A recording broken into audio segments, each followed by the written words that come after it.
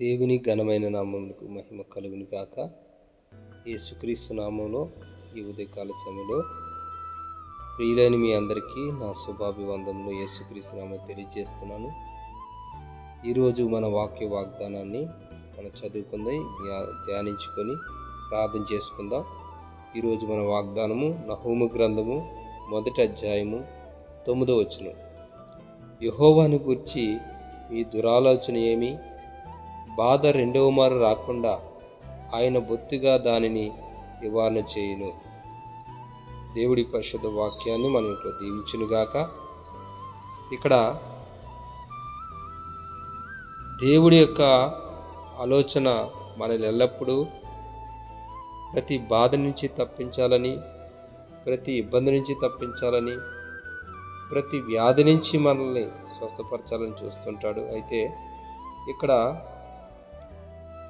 కొంతమంది దురాలోచన చేస్తున్నట్టు, అంటే దేవుడు ఇంక స్వస్థపరచడు, దేవుడు ఇక సహాయం చేయడు, దేవుడు ఇక మన జీవితంలో పనిచేయడం మానేశాడని వారు అనుకుంటున్నట్టు ఇక్కడ చెప్తున్నాడు. అయితే మనం ఈరోజు అలా అనుకోవాల్సిన పని లేదు. కానీ దేవుడు నాకు స్వస్థపరిచి నా బాధలన్నింటినీ కూడా రెండోసారి రాకుండా, అది ఏ బాధ అయినా అవ్వచ్చు, ఆర్థిక సంబంధించిన బాధ అవ్వచ్చు, ఆత్మీయ సంబంధించిన బాధ అవ్వచ్చు, శరీర సంబంధించిన బాధ అవ్వచ్చు, కుటుంబానికి సంబంధించిన బాధ అవ్వచ్చు, పిల్లలకు సంబంధించిన బాధ అవ్వచ్చు, ఏదైనప్పటికీ కూడా దేవుడు దాన్ని రెండోసారి రాకుండా దాన్ని బొత్తిగా నివారణ చేస్తానని దేవుడు వాగ్దానం చేస్తున్నాడు. కాబట్టి నిశ్చయముగా దేవుడు మాట ఇచ్చి నెరవేర్చే దేవుడు. కాబట్టి ఈరోజు ఈ వాగ్దానం మీ అందరి పట్ల నెరవేర్చబడును గాక.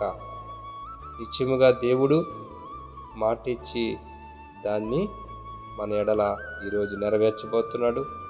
తప్పనిసరిగా ఈ వాగ్దానాన్ని మీరు గట్టిగా పట్టుకోండి. ప్రార్థన చేసుకుందాం. ప్రార్థన. Thank you Jesus, thank you Jesus, thank you Jesus. ప్రియమైన పరలోక తండ్రి, నీకు అనేకమైన వందనాలు, స్తోత్రాలు చెల్లిస్తున్నాను.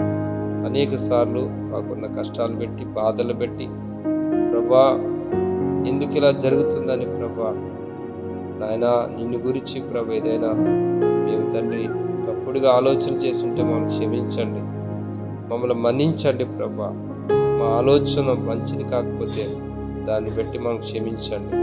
నీవైతే బాధ రెండవ మారు రాకుండా బొత్తిగా నివారణ చేయగల దేవుడు అని ఈరోజు మేము విశ్వసిస్తున్నాం. మేము దీన్ని పొందుకుంటున్నాం ప్రభా. ఈరోజు ఎవరైతే ఈ వాగ్దానాన్ని రిసీవ్ చేసుకుంటున్నారో, ఎవరైతే దీన్ని పొందుకుంటున్నారో, ఎవరైతే ఆమేనని చెప్పి వారికి దాన్ని అన్వయించుకుంటున్నారో ప్రభా, వారి జీవితంలో ఏ బాధ ఉన్నా, ఏ సమస్య ఉన్నా ఈరోజు అది మరలా రెండవ మారు రాకుండా యేసు నామములో అది తొలగిపోవును గాక.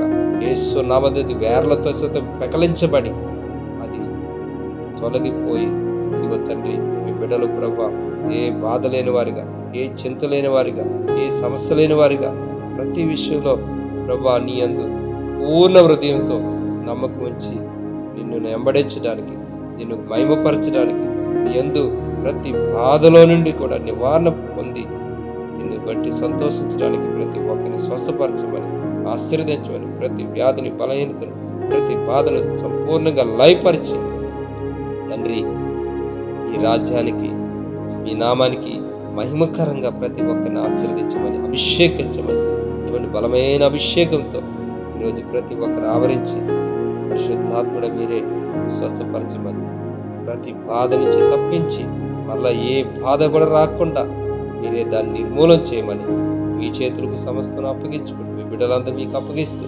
నజరుడైన యేసుక్రీస్తు నామములో ప్రార్థించి నమ్మి పొందినాము తండ్రి. ఆమేన్. God bless you. ఈరోజు ఈ వాగ్దానం నిశ్చయంగా ప్రతి ఒక్కరి పట్ల నెరవేర్చబడి ప్రతి ఒక్కరూ రెండోసారి ఏ బాధను చూడకుండా దేవుడు గొప్ప కార్యం ఈరోజు మీ అందరి పట్ల జరిగించును గాక. ఆమేన్.